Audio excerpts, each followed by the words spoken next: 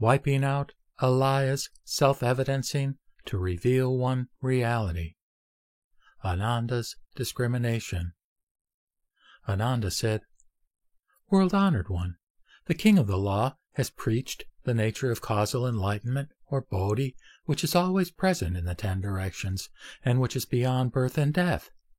Does this differ from the concept of primordial profundity according to the doctrine of Kapila, and that of a true ego pervading everywhere according to heterodox ascetics who cover their heads with ashes and dust?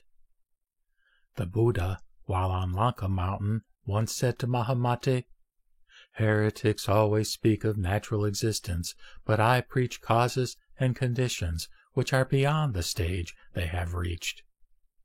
Now, as I look into this nature of enlightenment, it is self-existent, above birth and death, and beyond all falsehood and inversion.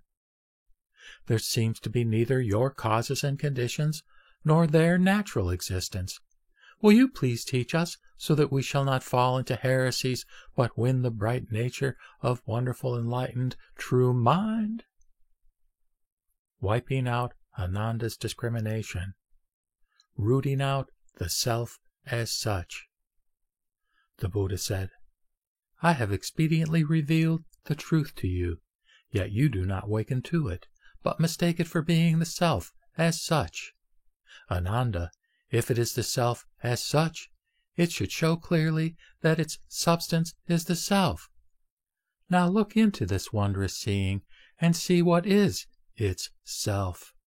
Do you mean that light, darkness, clarity, or obstruction is its self?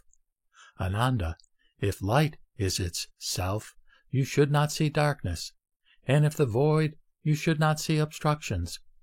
If darkness is its self, the nature of your seeing should cease to exist when there is light. If so, why do you still see light?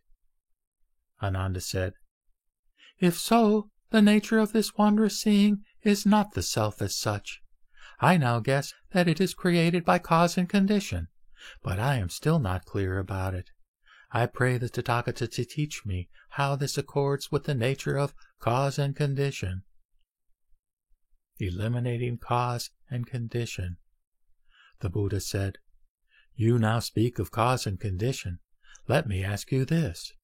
When you see things, the nature of seeing manifests. Does this seeing exist because of light, darkness, clarity, or obstruction? Ananda, if it exists because of light, you should not see darkness. And if because of darkness, you should not see light. It is the same with clarity and obstruction. Again, is this seeing in a bright, dark, clear, or obstructed condition? Ananda, if it is clear, you should not see any obstruction. And if it is obstructed, you should not see that it is clear. It is the same with light and darkness. Revealing the essential bodhi. Therefore, you should know that the essential bodhi is wondrous and bright, being neither cause nor condition, neither self as such nor not self as such, neither unreality nor not unreality, and neither reality nor not reality. For it is beyond all forms, and is identical with all things, or dharmas. How can you now think of it and use the frivolous terminology of the world to express it? This is like trying to catch or touch the void with your hand. You will only tire yourself, for how can you catch the void? Brushing away wrong assumptions.